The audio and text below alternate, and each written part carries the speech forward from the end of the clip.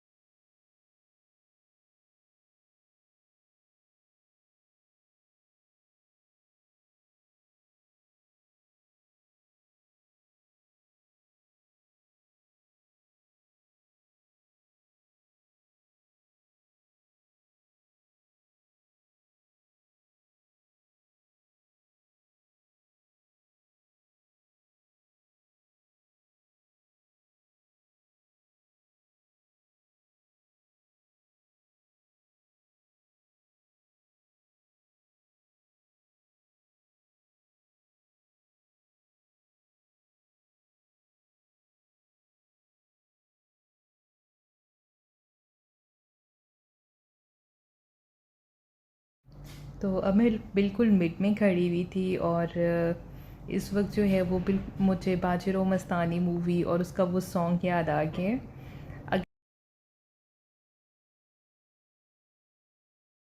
दीवानी मस्तानी हो गई, what ever.